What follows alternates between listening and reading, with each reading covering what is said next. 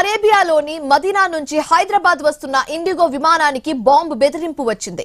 విమానంలో 180 మంది ప్రయాణికులు 6 సిబ్బంది ఉన్నారు. పైలట్ అప్రమత్తమై గుజరాత్ లోని అహ్మదాబాద్ విమానాశ్రయంలో ఎమర్జెన్సీ ల్యాండింగ్ చేశారు. విమానంలో బాంబు స్క్వాడ్ తనిఖీలు చేపట్టింది.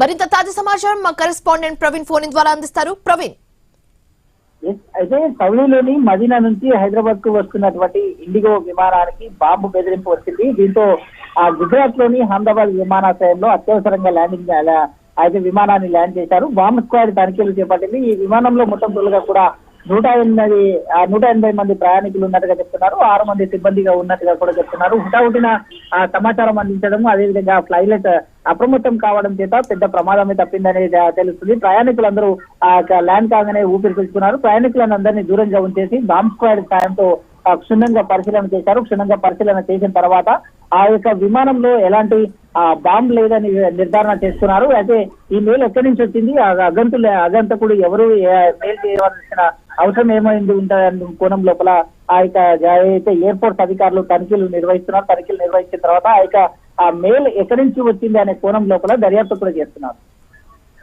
Right, thank you Praveen.